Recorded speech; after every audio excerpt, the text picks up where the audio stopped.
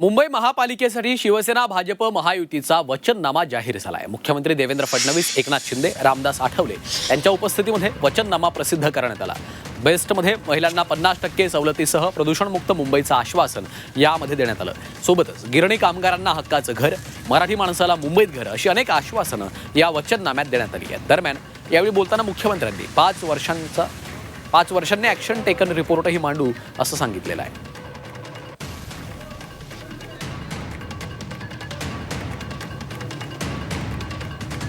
कोणीही वचननामा दिला तरी त्यांचा ट्रॅक रेकॉर्ड आणि आमचा ट्रॅक रेकॉर्ड याच्यामध्ये असलेल्या अंतरामुळे आम्ही जो काही जाहीरनामा वचननामा देतो तो पूर्ण करू।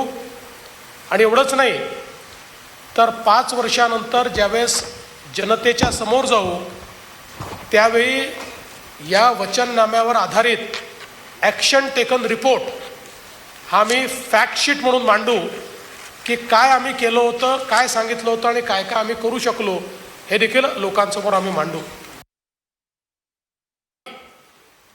आपल्याला कल्पना आहे, पहिल्यांदा तर मी पुन्हा एकदा स्पष्टपणे सांगतो, धारावीचा विकास DRP करणार आहे। या DRP मध्ये स्वतः शासन भागीदार आहे आणि सोबत डेव्हलपर आहे।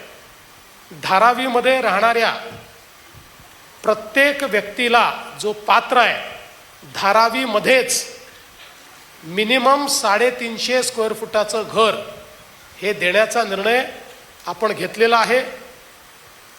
धारावीतले जे अपात्र आहेत त्यांनाही कुठेही हायकोर्टाचा नियम न मोडता त्यातनं मार्ग काढून त्यांनाही घर देण्याचा निर्णय आपण केला आहे। महानगरपालिकेमध्ये काम करणारे जेवढे आमचे सफाई कामगार आहेत, आम्ही 2019ला निर्णय घेतला होता की सफाई कामगारांना मालकी हक्काची घरं द्यायची, परंतु उद्धव ठाकरेजींच्या सरकारने तो निर्णय बदलला होता। आम्ही पुन्हा निर्णय घेतला आहे आणि आता त्याची सगळी कारवाई आम्ही केली आहे।